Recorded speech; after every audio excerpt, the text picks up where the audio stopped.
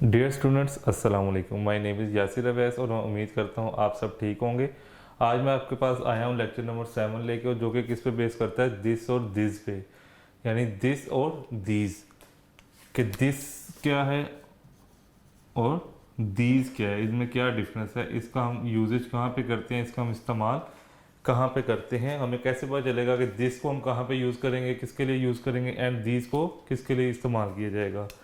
तो इसके सबसे पहले हम डेफिनेशन अगर करें तो डेफिनेशन क्या है इसकी, this is used only for singular noun which is near to us. यानी दिस को हमेशा जो है हम सिंगुलर नाउन के साथ यूज करेंगे, यानी एक चीज के साथ इस्तेमाल करेंगे जो सिंगल नाउन होता है। जैसे मैं कहता हूं दिस इज किरण, और दिस का मतलब होता है ये, यानी जो चीज हमारे बिल्कुल करीब है, which is near to us, जो चीज हमारे बिल्कुल करीब है। जैसे ये चीज मेरे पास है, मेरे करीब है, तो इसको मैं कहूंगा this is pen, this is marker, this is a marker. यानी अगर ये मेरे से दूर पड़ा है तो मैं इसके लिए दिस नहीं यूज करूंगा, फिर मैं डैट का इस्तेमाल करूंगा। तो दिस का इस्तेमाल क्या होता है, this is used only for singular noun which is near to us. कि दिस हमेशा करीब जो पड़ी चीजें हैं उनके लिए इस्तेमाल होता है, और वो चीज सिंगल होनी चाहिए। फॉर एग्जाम्पल, जैसे मैं कह रहा हूं दिस इज किरण, यानी एक नाम है, एक लड़की है किरण, और वो मेरे बिल्कुल करीब खड़ी है, तो मैं कहूंगा दिस इज किरण। अगर हम किसी जानवर की बात करें, अगर वो मेरे पास है, कोई गाय मेरे पास खड़ी है, तो मैं कहूंगा दिस इज काउ।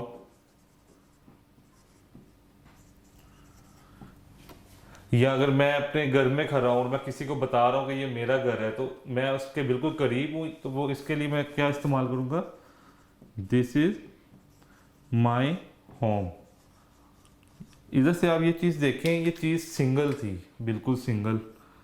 काउ एक थी, होम एक था, किरण एक थी, और ये मेरे बिल्कुल करीब थी, इसलिए मैंने कहा this is Kiran, this is cow, this is my home. और ये इसके दिस के साथ हमेशा इज लगता है, इसको यहाँ से भी आइडेंटिफाई कर सकते हैं, क्योंकि सिंगुलर चीज़ है ना, सिंगुलर चीज़ के लिए हम इज यूज़ करते हैं, और अगर प्लूरल हो तो हम आर का इस्तेमाल करते हैं। इसके ऑपोजिट अगर हम देखें दीज को, तो दीज भी उन्हीं चीज़ों के लिए इस्तेमाल होता है जो हमारे करीब होती हैं, which are near to us, जो हमारे बिल्कुल करीब हों, लेकिन वो प्लूरल फॉर्म में होनी चाहिए। कौन सी फॉर्म में होनी चाहिए, प्लूरल, यानी एक से जायद होनी चाहिए। These is used only for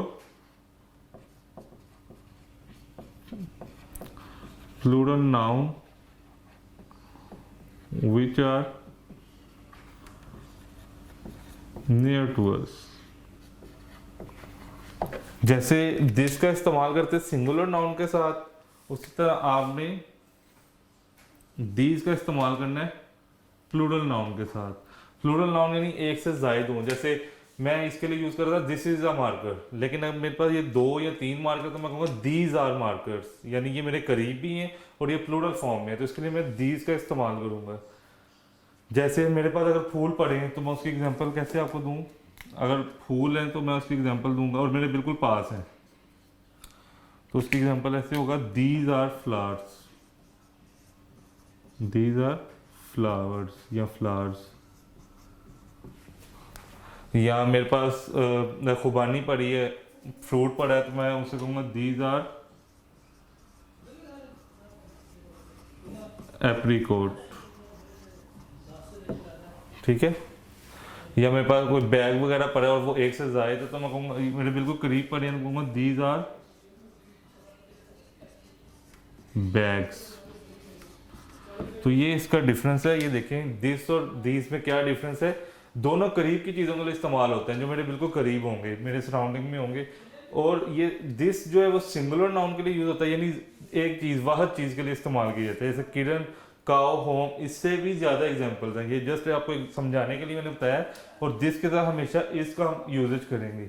और जो दीज है वो प्लूरल चीज़ों के लिए इस्तेमाल होता है, और वो भी चीज़ें हमारे पास होनी चाहिए। जैसे दीज आर फ्लावर्स, अगर मेरे पास फूल पड़े होंगे दीज आर फ्लावर, किसी को बता रहा हूँ मैं, तो दीज आर एप्रीकॉट। और इसको हम कैसे डिफरेंशिएट करेंगे दिस से, कि इसके साथ हमेशा आर लगेगा, क्योंकि ये चीज़ प्लूरल को रिप्रेजेंट कर रही है, एस लग रहा है हर एक लास्ट पे।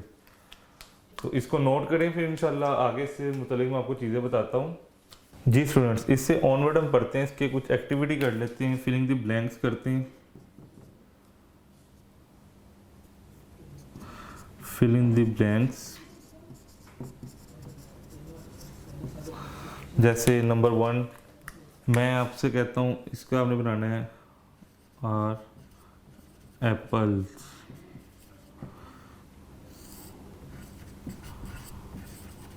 कैट्स,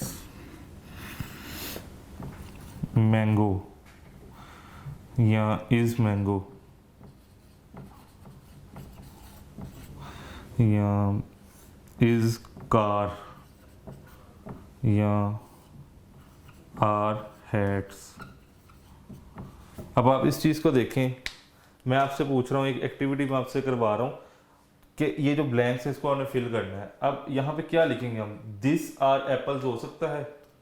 देखो मैंने बताया था दिस के साथ हमेशा इज का एडिशन करते हैं, लेकिन यहाँ पे आर है, तो आर कौन सी सेंस में आएगा, दीज की सेंस में, और एप्पल्स यानी प्लूरल फॉर्म में, तो इसका मतलब यहाँ पे हम क्या लिखेंगे, दीज, क्योंकि ये प्लूरल नाउन को शो कर रहा है।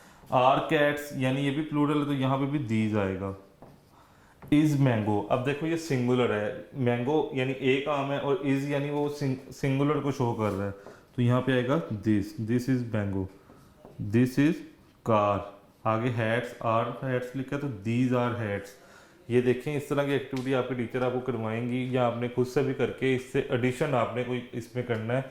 आपने खुद से, आपके माइंड में जो चीज़ें आ रही हैं आपके सराउंडिंग में है, तो आप उनको सिंगुलर प्लूरल के सेंस में लिख के इस तरह फिलिंग द ब्लैंक्स करके मेरे साथ भी शेयर करना है और अपने टीचर के साथ भी शेयर करना है। ये एक छोटा सा एक लेक्चर था जो आपको बताना ज़रूरी था।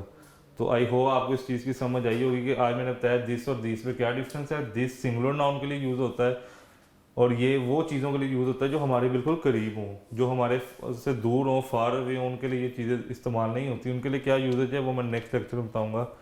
तो आई होप आपको समझ आई होगी, आप इसको नोट करें और मेरे लेक्चर में मुझे कमेंट्स में बताएंगे कि आपको मेरे लेक्चर्स की समझ आती है, ताकि इसको मज़ीद हम अच्छी तरह रेक्टिफाई करके आपको लेक्चर दिया जाए।